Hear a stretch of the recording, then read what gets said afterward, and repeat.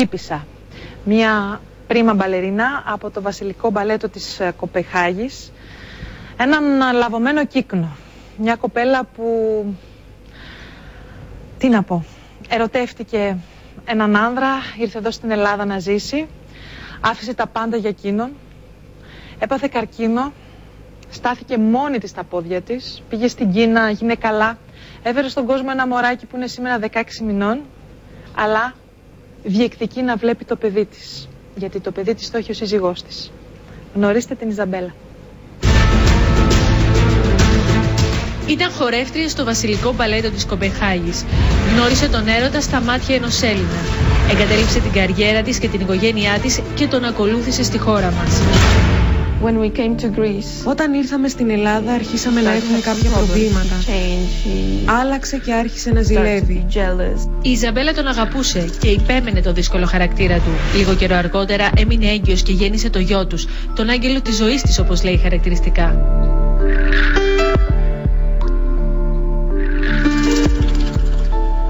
Πριν από 2 χρόνια προσβλήθηκε από καρκίνο. Η νεαρή μητέρα υποστηρίζει ότι ο σύζυγός της δεν τη συμπαραστάθηκε.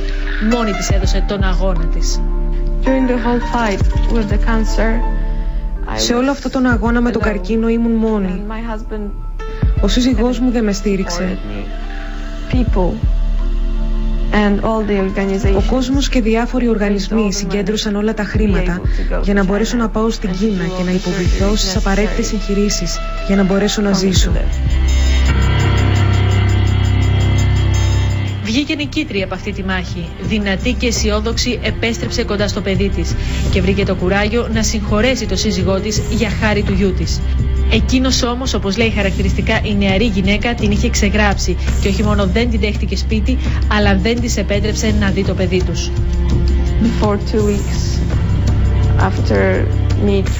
Πριν από 2 εβδομάδες που προσπαθούσα να δω το γιο μου, πήγα στο σπίτι να τον επισκεφθώ. Ο σύζυγός μου θύμωσε πολύ επειδή του ζήτησε να τον συνοδεύσω στο γιατρό που θα πήγαινε το παιδί. Και αυτός με χτύπησε, με γέμισε με λανιές, μου έσπασε το πόδι.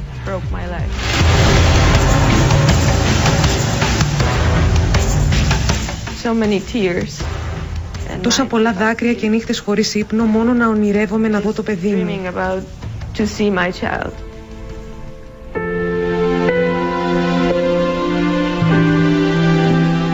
Τώρα το μόνο που ζητάει είναι να μπορέσει να ξανασφίξει στην αγκαλιά της το μοναχογιό της.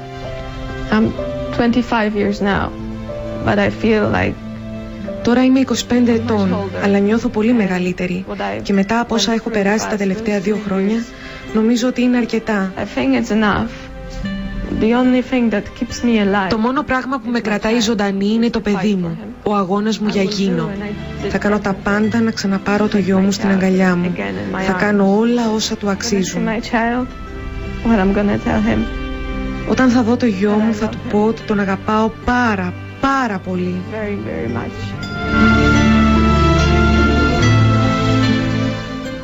Η Ιζαμπέλα είναι σήμερα κοντά μας.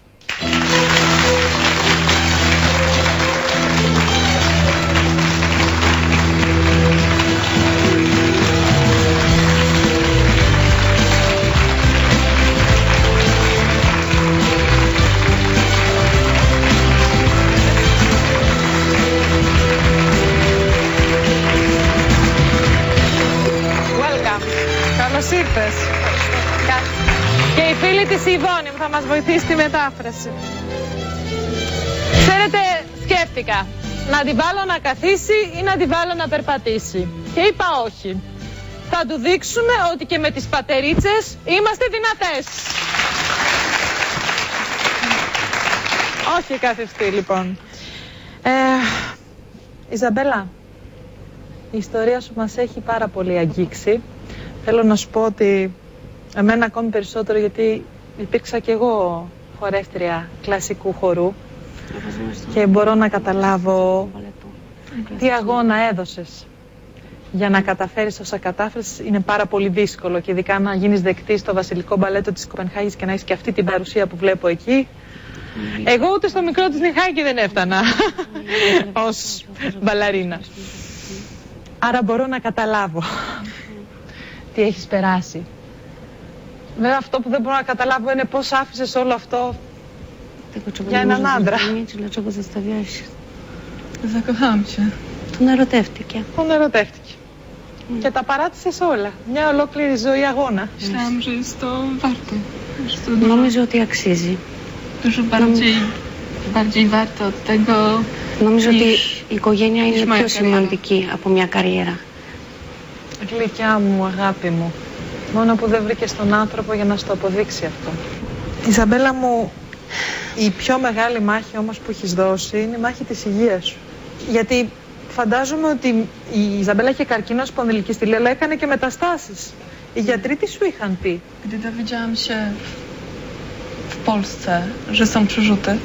Στη Πολωνία έμαθε μετά όταν πήγε ότι υπάρχουν και μεταστάσεις, γιατί στην αρχή νομίζω ότι είναι μόνο πίσω στη πλάτη, στη σπονδυλική στήλη.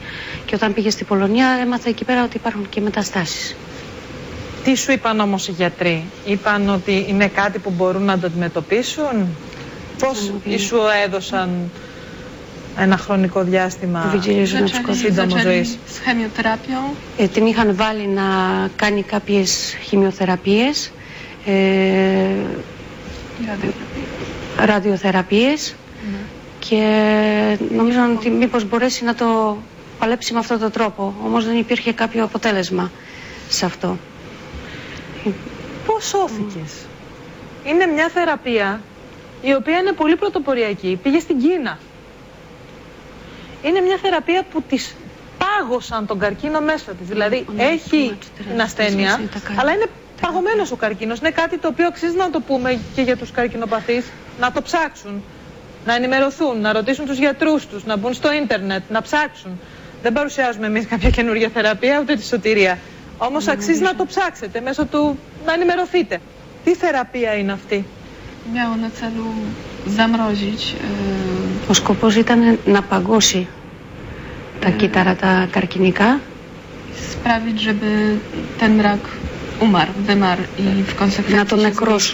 να τον νεκρώσουν με αυτόν τον τρόπο, δηλαδή με το πάγωμα αυτό, νεκρώνουν αυτά τα κύτταρα. Ale oprócz tego, że zrobili krioterapię. Κρυοθεραπεία λέγεται. Κρυοθεραπεία λέγεται. Ναι. Cementowali też obszar kręgosłupa. Υπήρχε κάτι σαν τσιμέντο που βάζουν γύρω-γύρω από τη σπονδυλική στήλη, σαν καλαθάκι εκεί πέρα. To również zabija komórki. Για να σκοτώνει τα κύτταρα. Użyto też tylko takiej terapii, która jest w Chinach. Την είχαν επιβάλει σε μια επέμβαση στην οποία της είχαν βάλει στο οργανισμό της κάποια τζιν, κάπως έτσι. Τώρα δεν ξέρω στα ελληνικά όμως πώς λέγεται. Σαν να της εμφυτέψανε κάποια κύτταρα, κάπως έτσι. Για να... Θεραπεία με βλαστοκύτταρα της κάνανε. Κάτι τέτοιο. Μάλιστα. Το αποτέλεσμα είναι εντυπωσιακό. Γύρισε πίσω και γύρισε καλά. Αυτό είναι το θέμα. Καλά, έτοιμη και ικανή να μεγαλώσει το παιδί της. Αυτό είναι το πιο σημαντικό. Ανταυτού λοιπόν, φανταστείτε ένα τόσο βασανισμένο πλάσμα, λεπτεπίλεπτο όπως είναι η ίδια, με όλες αυτές, να το σπάς στο ξύλο. Δηλαδή, αυτό δεν προκαλεί μόνο οργή. Δεν ξέρω. Γυναίκα είμαι, αλλά αν έβλεπα αυτή τη σκηνή δεν ξέρω πώς θα αντιδρούσα. Και δεν θέλω να πω περισσότερα γιατί υπάρχουν νόμοι που προστατεύουν τον κάθε πολίτη. Αλλά δεν ξέρω πώς θα αντιδρούσα. Αν παρακολουθούσα αυτή τη σκηνή, αυτό το πλάσμα, το λεπτεπίλεπτο πλάσμα, να κακοποιείται βάναυσα, να ξυλοφορτώνεται μέχρι το σημείο να τη σπάσει το ποδαράκι της από έναν άντρα. To nie było najgorsze.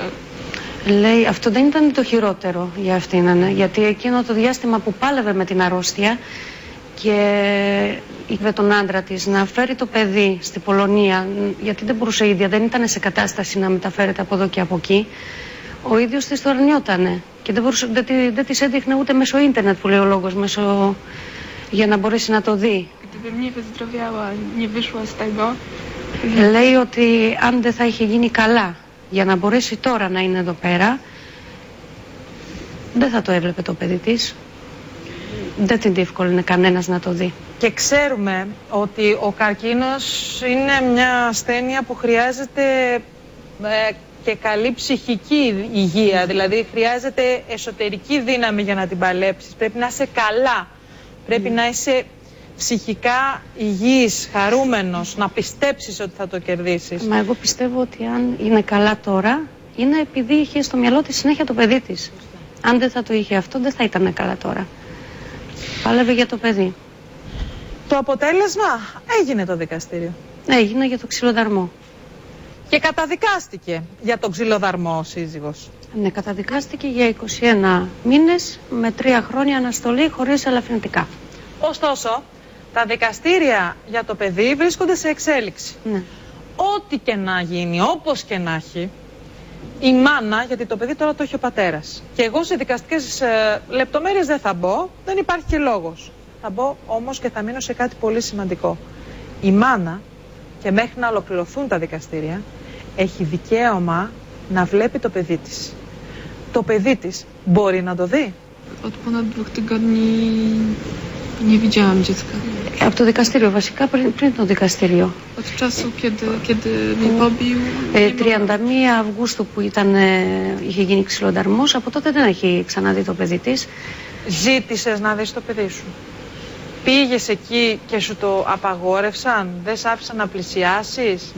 Φοβάσαι? Τι συμβαίνει? Tylko raz z policją, innym razem boję się tam pójść. Μια φορά είχε πάει με την αστυνομία μαζί. Nie wpuścili nawet policji, Ούτε τους αφήσαν να μπουν, δεν τους φόβησε ούτε αστυνομία. Ani ojca, ani przyjaciół, żebym czuła się bezpiecznie, bo tylko... Δεν θέλουν και να έρθει κάποιος μαζί της, δηλαδή της το είχαν πει ότι αν θα έρχεσαι μόνη σου, η οποία φοβάται μετά από αυτά που έχουν γίνει μετά το ξυλοδαρμό, πώς να πάει μόνη της. Jak przychodzę, to mogę być tylko u niego w mieszkaniu, zamknięta, bez nikogo z mojej strony, bez pomocy. Αν θα μπει στο σπίτι του, να είναι σίγουρη ότι θα μπει μέσα, θα είναι κλειδωμένη εκεί πέρα, χωρίς καμία επαφή με το έξω κόσμο, δηλαδή αν τυχόν συμβεί τίποτε να ζητήσει βοήθεια. Nie mogę być sam na sam z dzieckiem, nie mogę go zabrać na spacer czy Δεν μπορεί να κάτσει μόνη της μαζί με το παιδί, δεν την αφήνουν δηλαδή να κάτσουν οι δυο τους. Δεν μπορεί να το πάρει εκτός σπιτιού, να το πάει μια βόλτα. Απλώς την αφήνουν να κάτσει να το βλέπει από το σαλόνι. Και μάλιστα αυτό που ξέρω, ότι όταν ερχόταν στο σπίτι να βλέπει το παιδί, λέγανε στο μωράκι, ήρθε η κυρία να σε δει. Όχι μαμά, ήρθε η κυρία να σε δει. Εμείς αυτό που έχουμε να πούμε είναι ότι θα είμαστε στο πλευρό της Ιζαμπέλας. Αυτή είναι μόνο η πρώτη παρουσίαση της ιστορίας. Διότι έχει δικαίωμα το παιδί της να βλέπει. Κανένας πολίτης αυτής της χώρας δεν είναι υπεράνω των νόμων. Κανένας. Η Ιζαμπέλα μπορεί να φαίνεται εύθραυστη, αλλά είναι πολεμίστρια. Νίκησε τον καρκίνο, πήγε στην Κίνα, έγινε καλά, γύρισε, πολεμάει με τα δικαστήρια και δίνει μία ακόμα μάχη καθισμένη εδώ. Δημοσιοποιεί την ιστορία της για να τη βοηθήσουμε όλοι. Όχι μόνο εγώ, όλοι. Εμείς, εσείς, ο νόμος, η αστυνομία, η Ελλάδα μας. Γι' αυτό είναι εδώ, συνεχίζει να παλεύει και θα παλέψουμε στο πλευρό της. Και θα δούμε τις επόμενες μέρες ποια εξέλιξη θα έχει αυτή η ιστορία. Κουράγιο, αγάπη μου. Κουράγιο. Εντάξει. Έλα. Εντάξει. Κουράγιο. Και θα έρθεις εδώ με το παιδάκι σου την επόμενη φορά. Καταλαβαίνει και λίγο ελληνικά. Κάτι μαθαίνει, κάτι. Θα έρθει εδώ με το μικρό αγκαλιά. Καλό απόγευμα.